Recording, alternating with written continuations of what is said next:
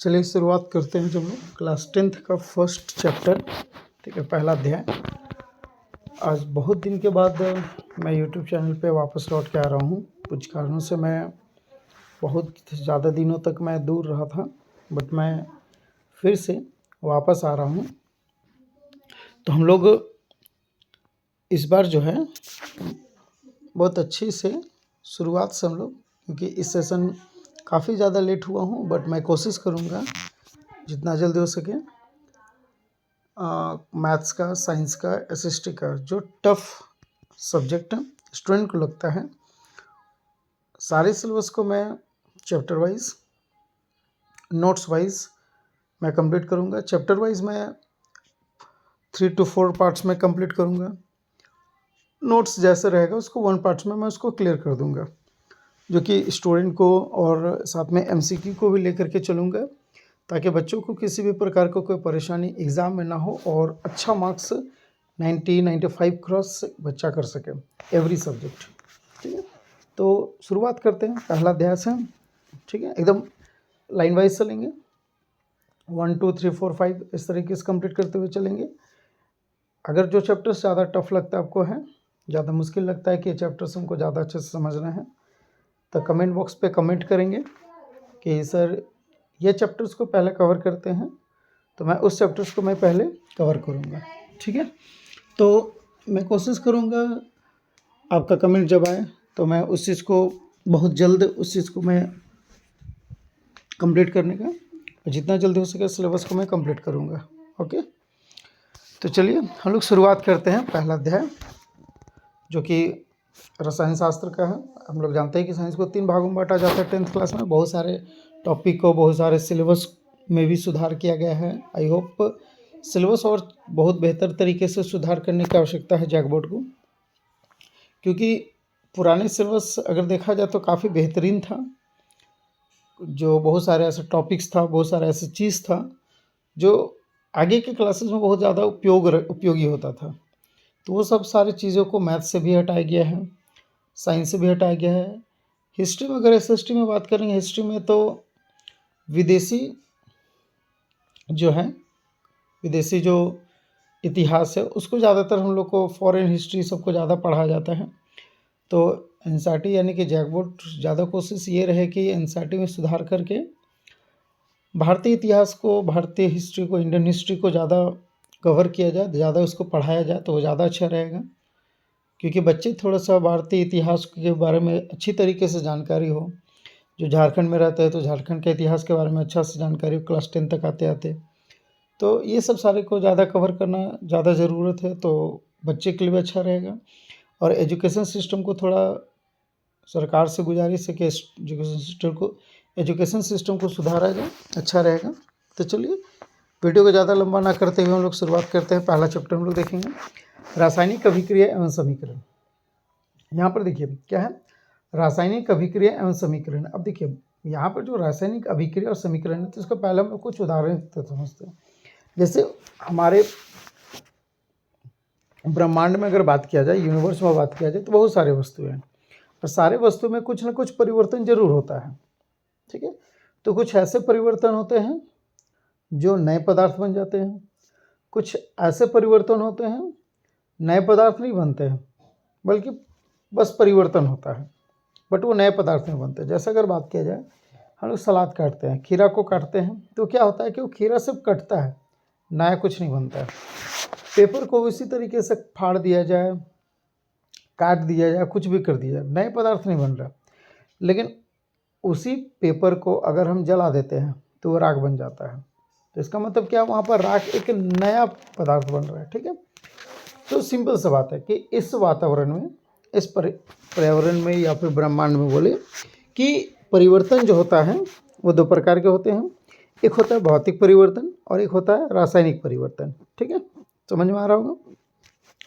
तो भौतिक परिवर्तन जो होता है, सिंपल से याद रखना है। कोई पूछे भौतिक परिवर्तन क्या होता है, एकदम साधारण सा जवाब देना है कि ऐसा परिवर्तन जिसमें नए पदार्थ का निर्माण नहीं होता है।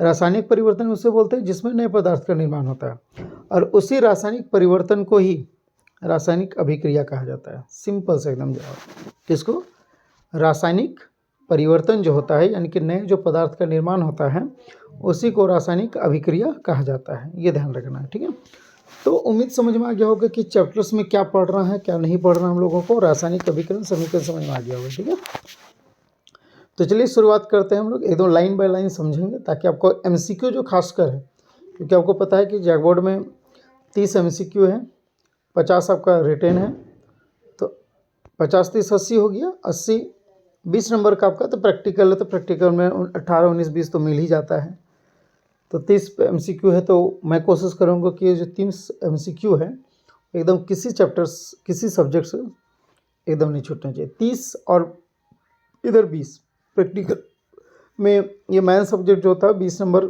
सारे स्कूल दे देते हैं, तो 50 नंबर आपका कहीं नहीं जाना चाहिए। बाकी जो 50 नंबर बचा उसमें से 40-45 नंबर का तो बना के ही आना है, तो इसलिए एकदम 95 प्लस, मतलब 95 कहीं नहीं जाना चाहिए। ठीक है, ये ध्यान रखना है।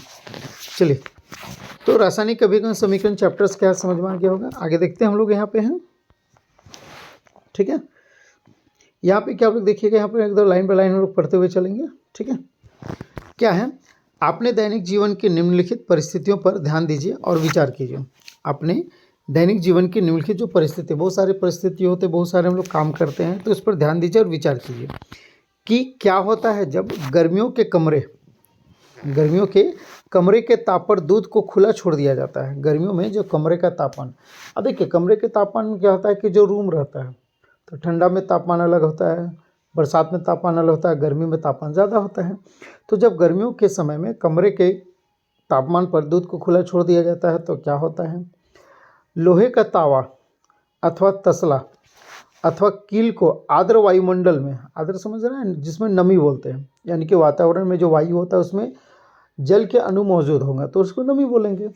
तो आर्द्र वायुमंडल में खुला छोड़ दिया जाता है, अंगूर का किण्वन हो जाता है। किण्वन का मतलब अंगूर जब किशमिश बन जाता है तो पानी उसके जितना भी रहता है वो सब सूख जाता है।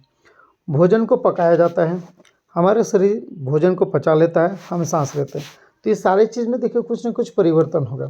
गर्मियों के कमरे के ताप पर जब दूध को खुला छोड़ देंगे तो दूध फट जाता है।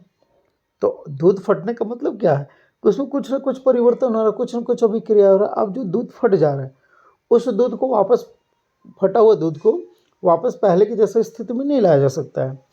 लोहे का तावा हो गया या तसला हो गया या कील हो गया जिसको कांटे बोलते हैं, जब हम लोग पता है कि जब लोहे को कोई भी चीज़ को वातावरण में छोड़ दिया जाता है, जल के संपर्क में आता है, नमी वायु के संपर्क में आता है जिसको आर्द्र वायु बोलेंगे, उसके संपर्क में आता है तो वो जंग लग जाता है। तो जंग लग गया जिसको हम लोग अपनी भाषा में चीती लगना बोलते हैं।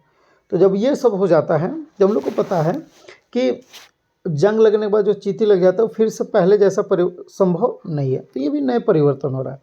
अंगूर का किण्वन, तो किशमिश बन जाता है, किशमिश को फिर से हम लोग पहले अंगूर जैसा नहीं बना सकते हैं। ठीक है, भोजन को पकाया, अब भोजन जैसे आलू हो गया या फूलगोभी हो गया उसको काट करके सब्जी बनाया जाता है, तो सब्जी से फिर से पहले जैसा अगर हम परिवर्तन करना चाहते हैं तो वो परिवर्तन नहीं हो सकता है। हमारे भोजन में, हम लोग भोजन को खाते हैं, हमारे भोजन का डाइजेशन होता है, भोजन का पाचन होता है, तो पाचन होने के बाद बहुत सारा एनर्जी बनता है, ऊर्जा का निर्माण होता है, बहुत सारी चीज़ ब्लड में बन जाता है, बहुत से अपशिष्ट पदार्थ होता है यानी कि वेस्ट मटेरियल होता है जो शरीर के लिए उपयोगी नहीं होता, वो बाहर निकल जाता है, मलमूत्र तरीके से अलग अलग भागों में बढ़ जाता है। तो वो सारी चीज़ को फिर से भोजन बनाना संभव नहीं है। वो चीज़ें, सांस लेते हैं तो सांस जब लेते हैं तो हम लोग का ऑक्सीजन जाता है, हमारे ग्लूकोज के साथ अभिक्रिया करके ऊर्जा एटीपी नामक एनर्जी बनाता है, उसके बाद कार्बन डाइऑक्साइड बनता है। तो ये सारे अलग अलग भागों में बट करके फिर कार्बन डाइऑक्साइड हमारे नाक के द्वारा वो बाहर निकल जाता है। ठीक है, तो ये सारी चीज़ अगर देखेंगे तो किसी न किसी दूसरे पदार्थ में वो परिवर्तन हो रहा है और उस पदार्थ को पहले जैसे पदार्थ में परिवर्तन करना संभव नहीं है। तो ये सारे उदाहरण अगर देखेंगे तो आप लोग को बता दें कि नए पदार्थ का जब निर्माण होगा तो उसको रासायनिक परिवर्तन बोलेंगे। ठीक है, चलिए आगे देखते हैं। यहाँ पे एकदम लाइन बाय लाइन हम लोग देखते हुए चलेंगे, आराम से हम लोग समझते हुए चलेंगे। ठीक है, एकदम ऐसे अंडरलाइन करेंगे तो क्योंकि मिट जाएगा इसलिए अंडरलाइन नहीं कर रहे। ठीक है, तो अंडरलाइन नहीं करेंगे तो आराम से समझते हुए चलेंगे। ठीक है, कोई दिक्कत होगा। चलिए, इन सभी परिस्थितियों में प्रारंभिक वस्तु की प्रकृति तथा पहचान कुछ न कुछ बदल जाती है। इन सभी परिस्थितियों में, जैसा हम आप लोग को पहले समझाते कि जितना भी परिस्थिति है उसमें जो भी प्रकृति वस्तु का वो कुछ न कुछ पहचान में क्या करती है, बदल जाती है। पदार्थ की भौतिक तथा रासायनिक परिवर्तनों के बारे में हम पिछले कक्षा में पढ़ चुके हैं, जिसको हम चैप्टर में स्टार्टिंग से ही समझा दिए कि पदार्थ जो होता है उसमें परिवर्तन दो प्रकार का होता है, भौतिक परिवर्तन होता है और रासायनिक परिवर्तन होता है। जब कोई रासायनिक परिवर्तन होता है तो हम कह सकते हैं कि एक रासायनिक अभिक्रिया हुई है। हम आपको बताएं ना, जो रासायनिक परिवर्तन होता है उसी को रासायनिक अभिक्रिया कहा जाता है। चलिए, अब कोई रासायनिक परिवर्तन होता है, जब कोई रासायनिक परिवर्तन होता है तो हम कह सकते हैं कि एक रासायनिक अभिक्रिया हुई है।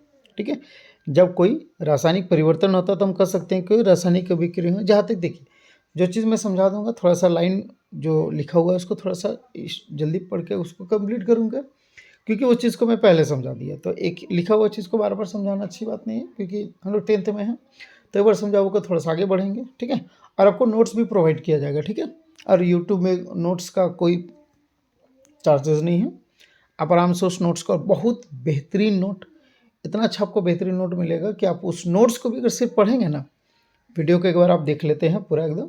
ठीक है, 4 पार्ट में कोशिश करेंगे, 4 पार्ट में से 5 पार्ट में कंप्लीट कर ले देंगे, 30 मिनट 45 मिनट का रहेगा। तो ये 4-5 वीडियो अगर आप देख लेते हैं, मतलब एक चैप्टर्स का, ठीक है, और नोट्स को अगर आप एक बार पढ़ लीजिएगा ना, तो इतना मैं बतला देता कि उस चैप्टर से एक भी क्वेश्चन आपका छूटेगा नहीं, ये मैं गारंटी देता हूँ।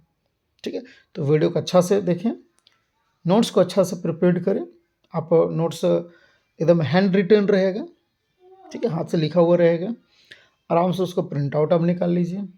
नोट्स आपको करने की आवश्यकता भी नहीं पड़ेगा, प्रिंट आउट निकाल लीजिए, आराम से उसको आप फिर पढ़िए अपना से। ठीक है, चलिए, मैं नोट्स को भी समझा दूंगा, ऐसा बात नहीं कि मैं सिर्फ चैप्टर्स को समझाऊंगा उसके बाद फिर नोट्स को समझा दूंगा। और लास्ट जो नोट्स का जो वीडियो मैं बनाऊंगा उसी का डिस्क्रिप्शन में मैं नोट्स का लिंक सेंड कर दूंगा, आप वहां से जाकर के आराम से उसको डाउनलोड कर सकते हैं। आपको उसको कोई चार्ज पे करने की आवश्यकता नहीं, जैसे दूसरे बहुत सारे चैनलों में पे करने रहता है 19 रुपया 20 रुपया बहुत सारे के, तो मैं वो चार्जेस नहीं रखूँगा, आराम से आप उसको कर सकते हैं। ठीक है, चलिए, आप शायद सोच रहे होंगे कि रासायनिक अभिक्रिया का वास्तविक अर्थ क्या है।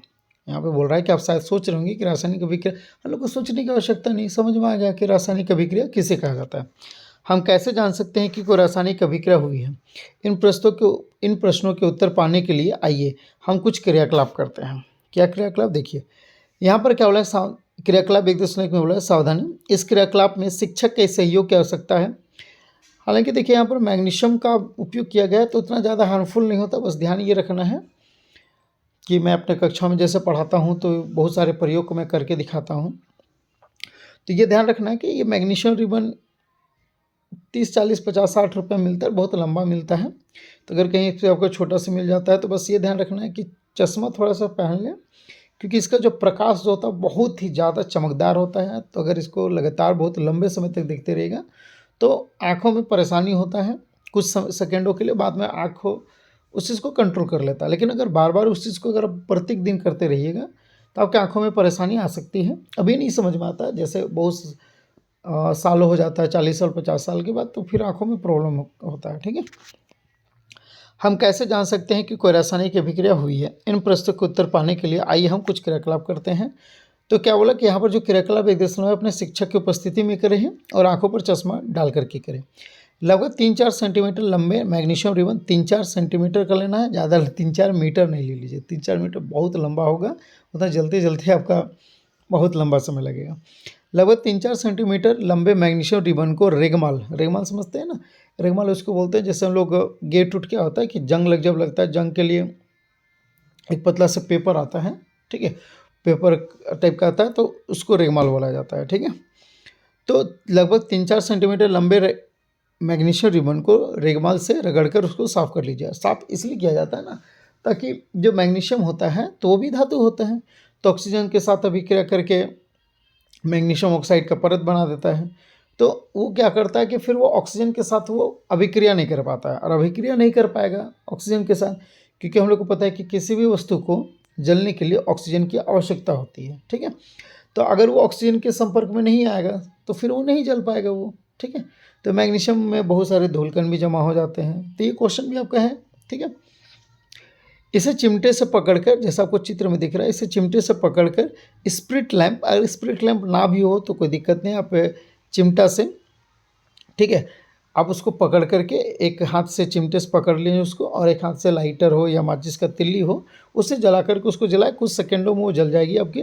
और जलने के बाद उसको आँखों से थोड़ा सा दूर रखेंगे, आँख के सामने एकदम नहीं रखेंगे, आँख से थोड़ा सा दूर रखेंगे। चिमटा ऐसे भी थोड़ा सा लंबा होगा तो आँख से थोड़ा दूर रखेंगे और आराम से उसको देखने की कोशिश करेंगे किस तरीके से जल रहा है आपका, ठीक है। बहुत तीव्र, बहुत तेज़ वो जलता है एक्चुअली में, ठीक है। इसे बनी राख को वाच गिलास, यानी कि कांच का जो प्लेट होता है उसको वाच गिलास बोला जाता है, इकट्ठा कर लीजिए जैसा कि चित्र 1.1 में दिखाया गया है। मैग्नीशियम रिबन का दहन करते समय इसे अपनी आंखों से यथासंभव, जितना यथासंभव तो क्या, जितना हो सके उतना दूर रखने की कोशिश करना है। आपने क्या परीक्षण किया, आपने देखा होगा कि चमकदार श्वेत मतलब सफ़ेद, श्वेत मतलब क्या होता है, सफ़ेद। आपने देखा होगा कि चमकदार श्वेत लौ के साथ मैग्नीशियम रिबन का दहन होता है और यह श्वेत चूर्ण में परिवर्तित हो जाता है, और ये जो होता है वो श्वेत यानी कि सफ़ेद चूर्ण में परिवर्तन हो जाता है। यह मैग्नीशियम ऑक्साइड का चूर्ण, अब जो श्वेत यानी कि सफ़ेद जो चूर्ण है वो एक्चुअली में मैग्नीशियम ऑक्साइड होता है, क्योंकि मैग्नीशियम जब ऑक्सीजन के साथ संपर्क किया तो आग लगा तो मैग्नीशियम ऑक्साइड में हो गया। वायु में उपस्थित ऑक्सीजन तथा मैग्नीशियम के बीच होने वाली अभिक्रिया के कारण यह बनता है। क्या बोला, वायु में उपस्थित ऑक्सीजन तथा मैग्नीशियम के बीच होने वाली जो अभिक्रिया होता है उसके कारण यह बनता है। अब देखिए क्रियाकलाप 1.2 भी दिया हुआ, क्रियाकलाप 1.3 भी दिया हुआ है। अगर संभव हो तो मैं प्रैक्टिकल करके बतला दूंगा, ठीक है। एक क्लास ऐसा चैप्टर्स का लास्ट में रखूँगा जिसमें मैं प्रैक्टिकल करके वह वीडियो बना करके मैं आपको दिखा दूंगा कि किस में किस तरीके का क्या चीज़ होता है, ठीक है। चलिए आगे क्या है, देखिए किताब बहुत सारे आजकल विद्यार्थी ऐसा होता है ना कि किताब को पढ़ते नहीं है, इसलिए मैं सोचा कि मैं किताब से शुरुआत करता हूँ आप लोग, क्या कि इसी बहाना आप नहीं भी पढ़ेंगे तो वीडियो भी देखेंगे तो बहुत सारी चीज़ सीख जाएंगे। अब बहुत सारे को कहता है कि किताब रीडिंग मार रहे, तो बहुत सारी चीज़ ऐसा होता है कि रीडिंग मारने के समय में उस बच्चे को समझ में नहीं आता है। अब क्या होंगे यहाँ पे जब किताब पढ़ा रहे हैं तो आप किताब पढ़ भी रहे हैं, अब उसके बाद साथ में क्या कर रहे हैं आप, उससे बहुत सारी चीज़ समझ में भी आ रहा है आपको, ठीक है। तो क्रियाकलाप लिख 2 में क्या बोलता है, एक परखनली में, एक क्या परखने में लेड, लेड का मतलब क्या होता है, शीशा। अब ये शीशा देखिए धातु होता है ना, जैसे हम लोग क्लास 10 में है तो कोशिश कीजिएगा ना 50 तक परमाणु का नाम याद रखिएगा। Hydrogen, helium, lithium, beryllium, boron, carbon, nitrogen, oxygen, fluorine, neon, sodium, magnesium, aluminium, silicon, phosphorus, sulphur, chlorine, argon, potassium, calcium, scandium, titanium. ऐसा करते हुए 50 तक कम से कम याद रखिएगा, क्योंकि ज़रूरत होता है। 50 तक याद रहने से क्या होता है ना कि बहुत सारे क्वेश्चन ऐसे होते हैं कि जो आपको आसानी से बन जाएगी। चलिए, एक प्रखली में लेड नाइट्रेट का घोल लेंगे, लेड मतलब क्या हो गया, पीबी हो गया, और नाइट्रेट क्या होता है, NO2 माइनस होता है, ठीक है। इसमें पोटेशियम आयोडाइड का घोल मिला लीजिए। अब क्या बोलता है, इसमें पोटेशियम आयोडाइड, पोटेशियम का क्या होता है और आयोडाइड मतलब आयोडीन होता है, ठीक है, उसको मिला लीजिए। आपने क्या परीक्षण किया, अब क्या बोलता है कि हम लोग लेड नाइट्रेट लेंगे और इसमें पोटेशियम आयोडाइड को घोल मिला देंगे।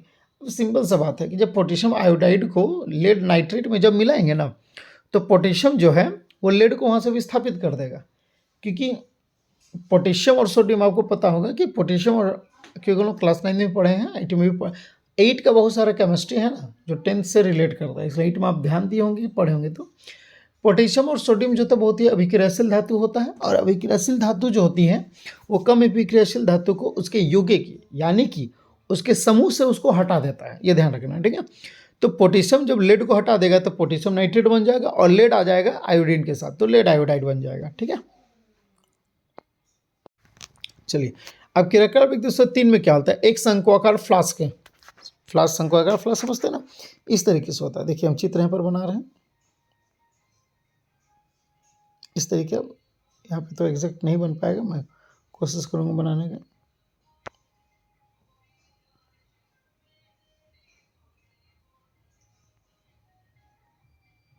इस तरीके से होता है शंक्वाकार फ्लास्क एक्चुअली में, इस तरीके से एक्चुअली मतलब क्या बोल सकते हैं, इस तरीके से आएगा, ऐसा थोड़ा सा मतलब घड़ा जैसा होता है ना लगभग, वैसे ही इस तरीके से होता है शंक्वाकार फ्लास्क, इस तरीके से बनता है, ठीक है। चलिए तो एक शंक्वाकार फ्लास्क या प्रखनली, अब प्रखनली तो आप लोग बहुत देखे होंगे कि प्रखनली जो होता है वो इस तरीके से बनती है, इस तरीके का प्रखनली होता है, ठीक है। तो एक शंक्वाकार फ्लास्क या प्रखंड में कुछ दानेदार जिंक लीजिए, दानेदार यानी कि छोटा जिंक का टुकड़ा लेना है। इसमें तनु हाइड्रोक्लोरिक अम्ल, ठीक है। अब देखिए अम्ल जो होता है ना उसको 2 तरीके से बनाया जाता है, एक होता है तनु और एक होता है सांद्र। तनु में क्या होता है, अम्ल की मात्रा कम होती है और जल की मात्रा अधिक होती है। और सांद्र में क्या होता है, अम्ल की मात्रा अधिक होती है और जल की मात्रा कम होती है। तो सांद्र वाला ज़्यादा हानिकारक होता है, वो स्टूडेंट लोग नहीं करते हैं, क्योंकि देखिए स्टूडेंट होता है कि स्टूडेंट को सही मात्रा में अभिक्रिया करने की आदत नहीं होती है। अब शिक्षक लोग रहते हैं या जो प्रयोगशाला में जो हमेशा प्रयोग करते रहते हैं, उन लोग को अब पता रहता है कि कौन सा अभिक्रिया किसके साथ किस तरीके से करेगा तो क्या कर सकता है। बच्चे लोग शुरुआत रहते हैं, तो इसलिए उन लोग को तनु दिया जाता है, सांद्र नहीं दिया जाता है। ठीक है, तो तनु और सांद्र में समझ में आ गया होगा। तनु में क्या, देखिए तनु मतलब समझ जाइए, तनु मतलब थोड़ा, तनु थोड़ा, सांद्र मतलब ज़्यादा। तो तनु कम होगा मतलब क्या होगा, अम्ल कम होगा, जल ज़्यादा होगा। सांद्र में क्या होगा कि अम्ल ज़्यादा होगा और जल कम होगा, ये ध्यान रखना है। सावधानी, अम्ल का इस्तेमाल सावधानी से कीजिए। क्या जस्ते के दाने, जस्ते किसको बोलते हैं याद रखिएगा, जिंक को बोलते हैं। ठीक है, ज से जिंक, ज से जस्ता, याद रखना है। क्या जस्ते के दानों के आसपास कुछ होता दिखाई दे रहे हैं, तो ऑब्वियसली बात है, अम्ल जब है तो अम्ल धातु के साथ अभिक्रिया करता ही करता है। शंक्वाकार फ्लास्क के प्रखंडली को स्पर्श कीजिए, क्या इसके तापमान में कोई परिवर्तन हुआ है। अब यहाँ पर बोलता है कि शंक्वाकार फ्लास्क में प्रखंडली में कोई स्पर्श हुआ है, तो देखिए जब अभिक्रिया होगा ना तो गर्म होगा ही होगा, तो वो गर्म होगा। ठीक है, आपका जो फ्लास्क है वो गर्म हो जाएगा। ऊपर दिए गए तीनों क्रियाकलापों के आधार पर, क्रियाकलाप 1.1, 1.2, 1.3, तो 1.1 में देखिए मैग्नीशियम रिबन लिया गया, 2 में देखिए हम लोग का लेड नाइट्रेट लिया गया, और क्या लिया गया, पोटेशियम आयोडाइड लिया गया। तीसरा में क्या लिया गया कि हम लोग को यहाँ पर जिंक का छोटा छोटा टुकड़ा लिया गया, और उसमें क्या किया हम लोग को, तनु हाइड्रोक्लोरिक हम लोग को डाल दिया गया। तो 3 गो क्रियाकलाप हुआ।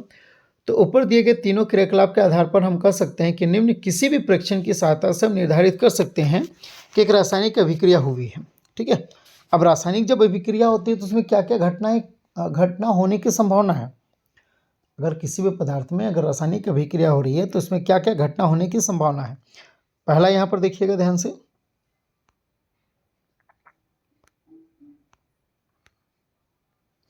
पहला अवस्था में परिवर्तन। अवस्था मतलब किसी भी वस्तु की अवस्था 3 होती है, एक होता है ठोस होता है, द्रव्य होता है, और क्या होता है, गैस होता है। ठीक है, तो अवस्था में परिवर्तन हो सकता है, जो ठोस है वो गैस में परिवर्तन हो जाएगा, ये तरल में परिवर्तित हो जाएगा। क्योंकि लोहा का देखिए, लोहा को पहले जब जलाते हैं तो क्या होता है, वो पहले तरल अवस्था में बदलता है। ठीक है, तो उसी तरीके से अवस्था में परिवर्तन हो सकता है, सॉरी, अवस्था में परिवर्तन होता है। और क्या होता है, रंग में परिवर्तन। अब रंग तो ऑब्वियसली बात है परिवर्तन, जैसे कांटे लोग जब चमकता हुआ लाते हैं, छोड़ देते हैं तो भूरा रंग का हो जाता है। सोना जब लाते हैं तो अलग रंग का हो जाता है, बहुत दिनों से जंग लगने के बाद। चांदी का पायल वल अंगूठी अंगूठी पहना जाता है तो वो रंग में परिवर्तन हो जाता है। तो ये सारे जो होता है ना वो जंग लगने के कारण होता है। ठीक है, गैस का निकास अथवा उत्सर्जन होता है। गैस का निकास मतलब जब अभिक्रिया होता है तो गैस का उत्सर्जन होता है, गैस निकलता है। तापमान में परिवर्तन होता है, मतलब कि जो टेम्परेचर है तो बढ़ जाता है। ठीक है, या घट जाएगा, कुछ भी होगा। यदि हम अपने आसपास हो रहे परिवर्तन को देखें तो पाएंगे कि हमारे चारों ओर विविध मतलब अलग अलग प्रकार की रासायनिक अभिक्रिया हो रही है। इस अध्याय में हम विभिन्न प्रकार की रासायनिक अभिक्रियाओं और उनके प्रतीकात्मक निरूपण का अध्ययन करेंगे। इस अध्याय में हम विभिन्न प्रकार के रासायनिक अभिक्रियाओं और उनके प्रतीकात्मक निरूपण का क्या करेंगे, अध्ययन करेंगे। पहला यहाँ पर क्या है, रासायनिक समीकरण है। क्या है, रासायनिक समीकरण। अब समझते हैं, देखिए समीकरण का मतलब ही होता है, समझ जाइएगा ना, समीकरण का मतलब जैसे मैथ्स में हम लोग समीकरण बात करते हैं तो LHS और RHS होता है, यानी कि बायां पक्ष और दाहिना पक्ष होता है। तो रासायनिक समीकरण में भी वही चीज़ होगा, लेकिन इसमें बराबर की जगह में तीर का निशान होगा। मैथ्स में बराबर होता है, साइंस में तीर का निशान होगा। तो तीर के बाएं वाले को बाएं पक्ष, दाहिने वाले को दाएं पक्ष बोलेंगे। ठीक है, तो उसको समीकरण बोलेंगे, ये ध्यान दिए। सिंपल से बोलेंगे रासायनिक समीकरण क्या बोलेंगे, तो सिंपल से रासायनिक अभिक्रिया में, रासायनिक समीकरण क्या बोलेंगे, रासायनिक अभिक्रिया में जो भी पदार्थ भाग लेते हैं और नए पदार्थ का निर्माण करते हैं। ठीक है, उसको बाएं पक्ष और दाहिने पक्ष के रूप में जो लिखा जाता है, तो साधारण से अपने शब्दों में अगर लिख सकते हैं तो आप लिख सकते हैं। ठीक है, क्या बोलिएगा कि रासायनिक अभिक्रिया में जो पदार्थ भाग लेते हैं और रासायनिक परिवर्तन होने के बाद जो नए पदार्थ का निर्माण होता है, तो उस पदार्थ को बाएं पक्ष और दाहिने पक्ष के रूप में लिखा जाता है, उसे समीकरण कहा जाता है। क्या कहा जाता है, समीकरण। कौन सा समीकरण, रासायनिक समीकरण बोलेंगे। और जो बाएं पक्ष वाला होता है, ठीक है, उसको अभिकारक बोला जाता है, और दाहिने पक्ष वाला को उत्पाद बोला है। उत्पाद का मतलब क्या, नए पदार्थ बन रहे हैं। तो क्रियाकलाप 1.1 का विवरण, जब ऑक्सीजन की उपस्थिति में, किसकी, ऑक्सीजन की उपस्थिति में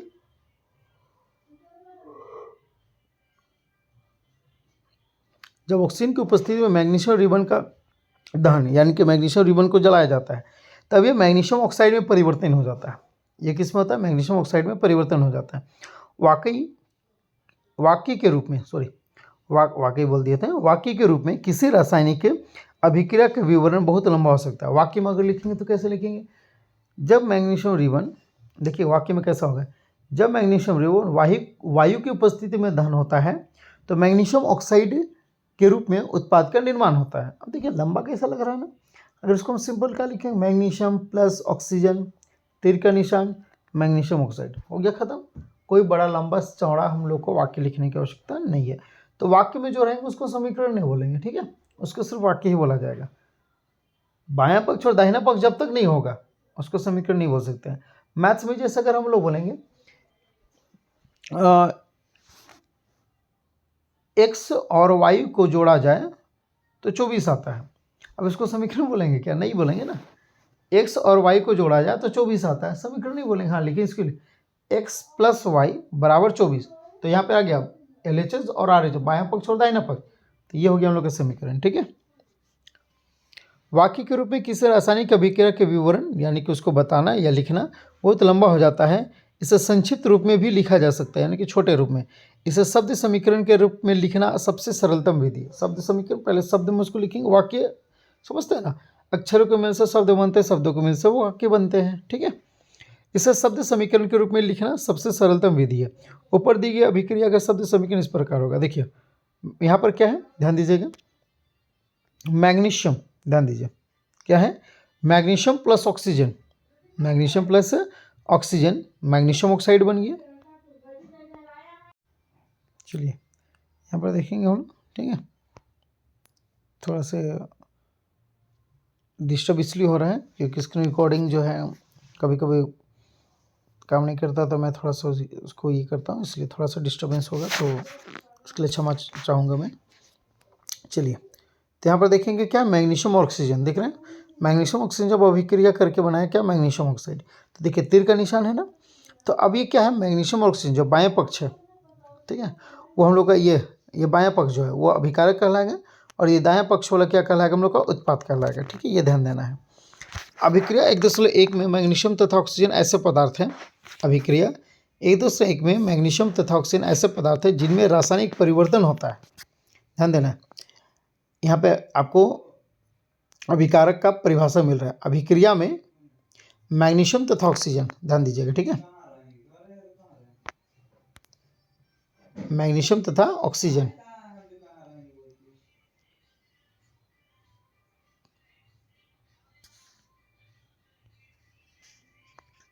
देखिए यहाँ पर क्या है, अभिक्रिया मैग्नीशियम तथा ऑक्सीजन ऐसे पदार्थ है जिसमें रासायनिक परिवर्तन होता है, इन्हें अभिकारक कहते हैं।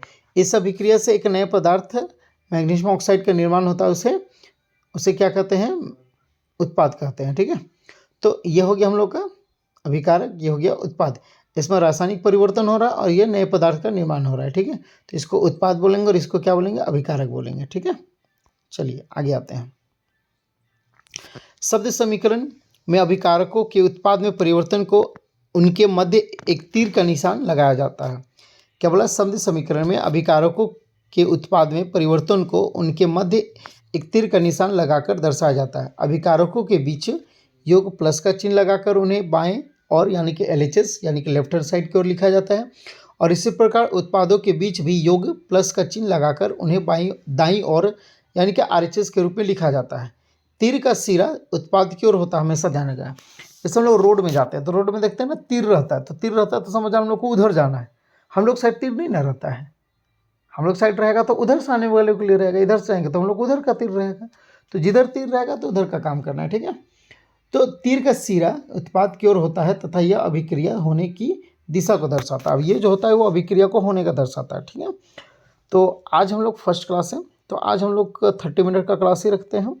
अब कल से हम लोग थोड़ा सा 45 मिनट्स का लेंगे और थोड़ा सा इसको 4-5 और ये तो फर्स्ट हो क्लास हो गया, और 4 क्लास में हम लोग पूरे चैप्टर्स को कंप्लीट कर देंगे, ठीक है। समझ में आ गया, और बहुत विस्तार से समझेंगे, आराम से, कोई हड़बड़ी नहीं है, और कोशिश करना भी अक्टूबर चल रहा है तो नवंबर तक में हम लोग ख़त्म कर देना है, ठीक है, ज़्यादा लंबा लेके नहीं चलना है, ठीक है। चलिए, आपको वीडियो अच्छा लगता है तो आप अपने दोस्तों के साथ भी शेयर करें, ठीक है। बतलाएं कि हाँ कुछ अच्छा वीडियो है, और आपको नोट्स भी प्रोवाइड किया जाएगा, एमसीक्यू का भी तैयारी किया जाएगा, बहुत सारे एग्ज़ाम का प्रिपरेशन अच्छा से होगा। फिर दिसंबर के बाद जनवरी में जो होगा इम्पोर्टेंट क्वेश्चन का भी आप लोग को करवाया जाएगा अच्छी तरीके से। आप लोग को मैथ, साइंस और एसएसटी, इंग्लिश सारा चीज़ करवाया जाएगा। तो वीडियो को शेयर करें, लाइक करें और कमेंट ज़रूर करें कि आपको वीडियो कैसा लग रहा है। वीडियो अच्छा लग रहा है तो दोस्तों के साथ शेयर भी करें। तब तक के लिए थैंक यू। मिलते हैं हम लोग अगले वीडियो में।